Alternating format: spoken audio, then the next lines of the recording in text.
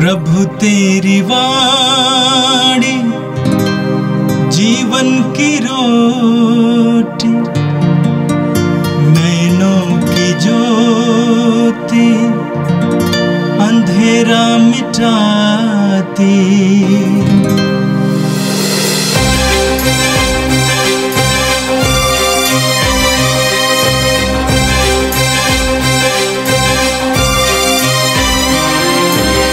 प्रभु तेरी वाणी जीवन की रोटी, नैनों की ज्योति अंधेरा मिटाती।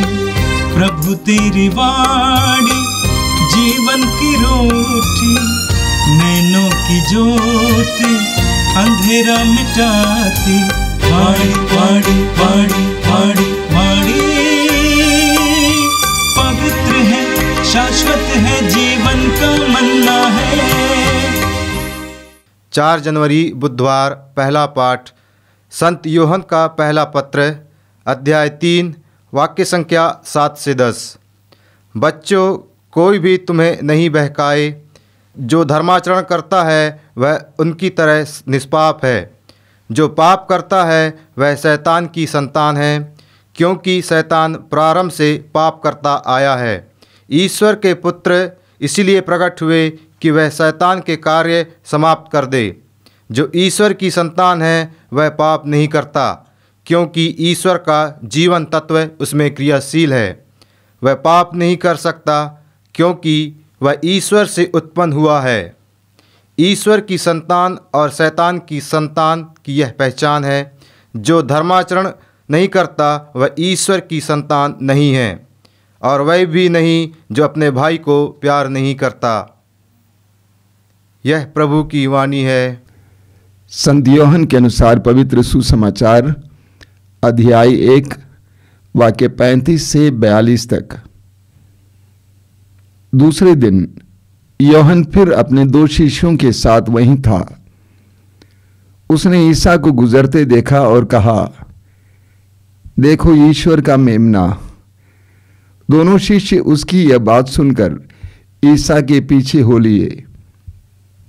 ईसा ने मुड़कर उन्हें अपने पीछे आते देखा और कहा, क्या चाहते हो? उन्होंने उत्तर दिया, रब्बी अर्थात गुरुवर, आप कहाँ रहते हैं? ईसा ने उनसे कहा, आओ और देखो। उन्होंने जाकर देखा कि वे कहाँ रहते हैं, और उस दिन वे उनके साथ रहे। उस समय शाम की लगभग 4 बजे थे। जो यूहन्ना की बात सुनकर ईसा के पीछे हो लिए थे, उन दोनों में एक सीमोन पेतरुस का भाई अंद्रयास था। उसने प्रातः अपने भाई सीमोन से मिलकर कहा, हमें मसीह अर्थात क्रिस्त मिल गए हैं, और वह उसे ईसा के पास ले गया। ईसा ने उसे देखकर कहा, तुम यूहन्ना के पुत्र सीमोन हो, तुम कैफस अर्थात पेतरुस कहलाओगे। यह प्रभु का दिव्य सुसमाचार है। क्रिस्त प्रभु की जय है।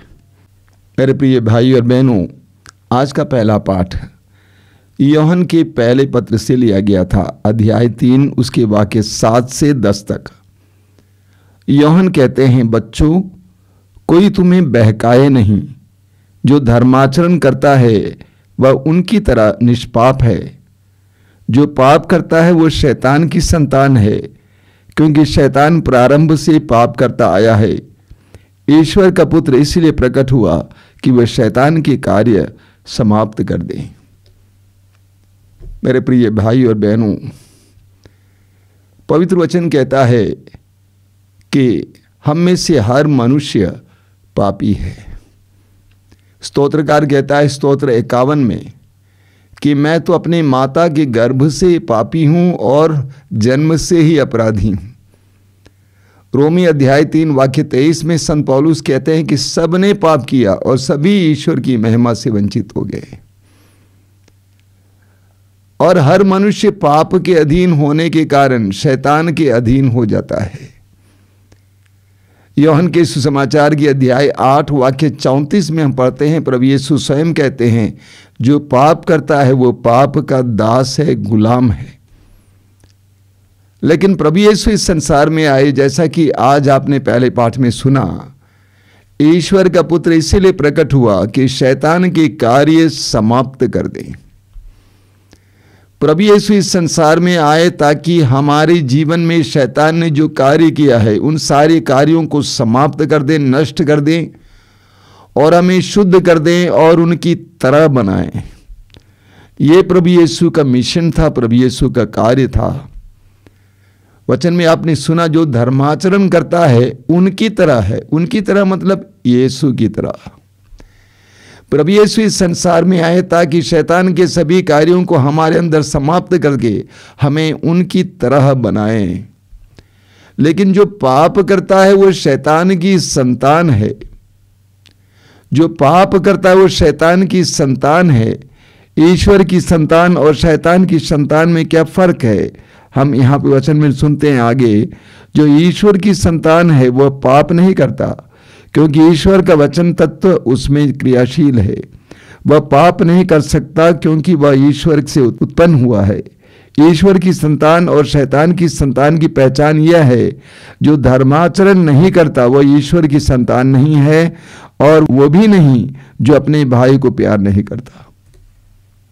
तो वचन स्पष्ट हमें बताता है, यूहन्ना स्पष्ट हमें बताते हैं कि जो पाप करता है वो शैतान की संतान है, और जो धर्माचरण करता है वह ईश्वर की संतान है। जब जब हम धर्माचरण करते हैं हम ईश्वर की संतान प्रमाणित करते हैं अपने आप को, लेकिन जब जब हम पाप करते हैं हम शैतान की संतान अपने को प्रमाणित करते हैं। इसीलिए यूहन्ना कहते हैं, कोई तुम्हें बहकाए ना।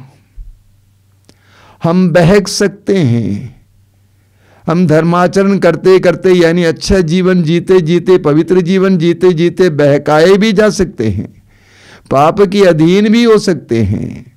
हम जानते हैं, उत्पत्ति ग्रंथ के अध्याय 3 में हम पढ़ते हैं, ईश्वर ने आदम और हेवा को उस सुंदर बगान में रखा, लेकिन आदम और हेवा ने ईश्वर की आज्ञा का उल्लंघन किया।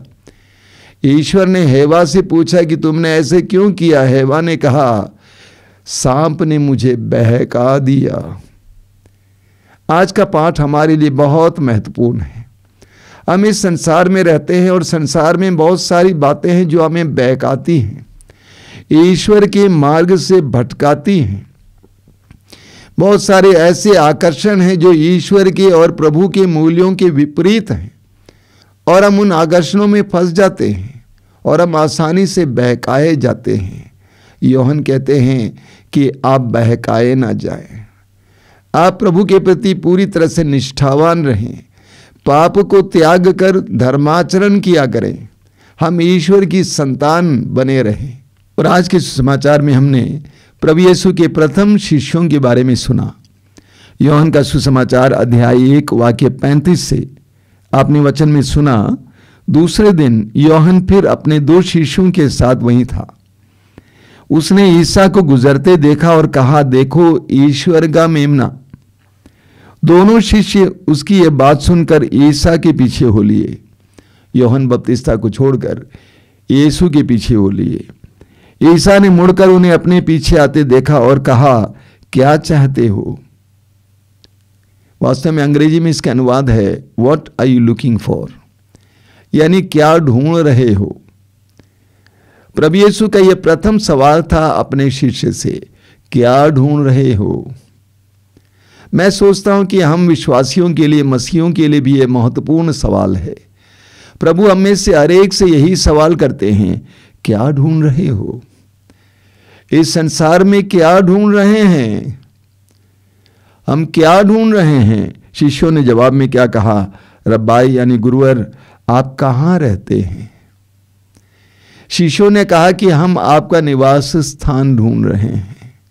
आप कहाँ रहते हैं? स्तोत्रकार कहता है स्तोत्र 84 में, प्रभु का प्रांगण देखने के लिए मेरी आत्मा तरसती है। प्रभु का प्रांगण देखने के लिए मेरी आत्मा तरसती है। शिष्यों ने कहा कि प्रभु आप कहाँ रहते हैं? हर विश्वासी और मसीह के दिल में यह पीड़ा होनी चाहिए, ये इच्छा होनी चाहिए, ये प्यास होनी चाहिए, प्रभु का निवास स्थान देखने के लिए प्यास। प्रभु कहाँ रहते हैं, मुझे प्रभु कहाँ मिलेंगे? शिष्यों ने कहा, आप कहाँ रहते हैं? ईसा ने जवाब में क्या कहा? आओ और देखो। आओ और देखो कि मैं कहाँ रहता हूं। यह प्रभु की ओर से हमारे लिए एक बहुत बड़ा निमंत्रण है। आओ और देखो मेरा निवास स्थान। मेरे निवास स्थान में सबके लिए स्वागत है। ईश्वर के भवन में सबके लिए स्वागत है। सभी लोग ईश्वर के भवन में निमंत्रित हैं। आओ और देखो। और वचन में आगे लिखा हुआ है, उन्होंने जाकर देखा कि वे कहाँ रहते हैं, और उस दिन वे उनके साथ रहे। उस समय शाम के लगभग 4 बजे थे। यह सुसमाचार यूहन्ना का सुसमाचार है। कई वर्ष बाद यह सुसमाचार लिखा गया था। यह अंतिम सुसमाचार है, लिखा हुआ सुसमाचार। वर्षों बाद भी यूहन्ना को याद है कि अंद्रेस ने कहा था कि हम यीशु से शाम को 4 बजे मिले थे। तब भी उसे याद था, यानी वो समय कितना महत्वपूर्ण था, उस समय को अंद्रेस भूल नहीं पाया। शाम को 4 बजे हम यीशु से मिले थे। यीशु के साथ वो साक्षात्कार उसके जीवन के परिवर्तन के लिए एक महत्वपूर्ण क्षण था। इसीलिए वो समय बताया गया कि उस समय शाम के लगभग 4 बजे थे। जो यूहन्ना की बात सुनकर ईसा के पीछे हो लिए थे, उन दोनों में एक सीमोन पेतरुस का भाई अंद्रेस था। उसने प्रातः अपने भाई सीमोन से मिलकर कहा, हमें मसीह अर्थात ख्रिस्त मिल गए हैं। शब्दों का ख्याल कीजिए। अंद्रेस ने अपने भाई सीमोन से क्या कहा? हमें मसीह मिल गए हैं। एक मसीही वो है, एक विश्वासी वो है जिसे मसीह मिल गए हैं। अंद्रेस ने यह नहीं कहा कि हम मसीह को देखे हैं। हमने मसीह को देखा, हमने उसको सुना, हमने उसके साथ समय गुजारा, बल्कि अंद्रेस ने कहा कि हमें मसीह मिल गए हैं। एक गंभीर बात है। यानी यीशु से मिलने के बाद अंद्रेस बदल चुका था। अंद्रेस के जीवन में इतना गहरा छाप, इतना गहरा प्रभाव पड़ा था कि वो कहता है कि हमें मसीह मिल गए। वास्तव में यह सुसमाचार प्रचार की या प्रसार की एक सुंदर अभिव्यक्ति है। हम लोगों से क्या कहेंगे? हमें मसीह मिल गए हैं। यानी मसीह ने हमारे जीवन में प्रभाव डाला है। मसीह मिलने के बाद हर मनुष्य बदल जाता है। पौलुस का उदाहरण लीजिए। कलीसिया पर अत्याचार करने वाला पौलुस, प्रेरित चरित्र अध्याय 9 में हम पढ़ते हैं, यीशु से मिलने के बाद परिवर्तित हो जाता है। यीशु का शिष्य बन जाता है, सुसमाचार का प्रचार बन जाता है, सबसे महान प्रचारक बन जाता है। लूकास अध्याय 19 में हम पढ़ते हैं कि मसीह से मिलने के बाद जक्केउस, जिसके जीवन का एकमात्र लक्ष्य था धन कमाना, बदल जाता है, परिवर्तित हो जाता है। मसीह से मिलने के बाद आप और मैं भी परिवर्तित हो जाएंगे। हमारी सबसे बड़ी समस्या है कि हम मसीह से मिले नहीं हैं, मसीह का अनुभव नहीं किए हैं।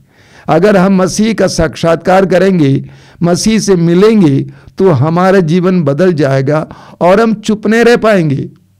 अंद्रेस चुप नहीं रह पाया।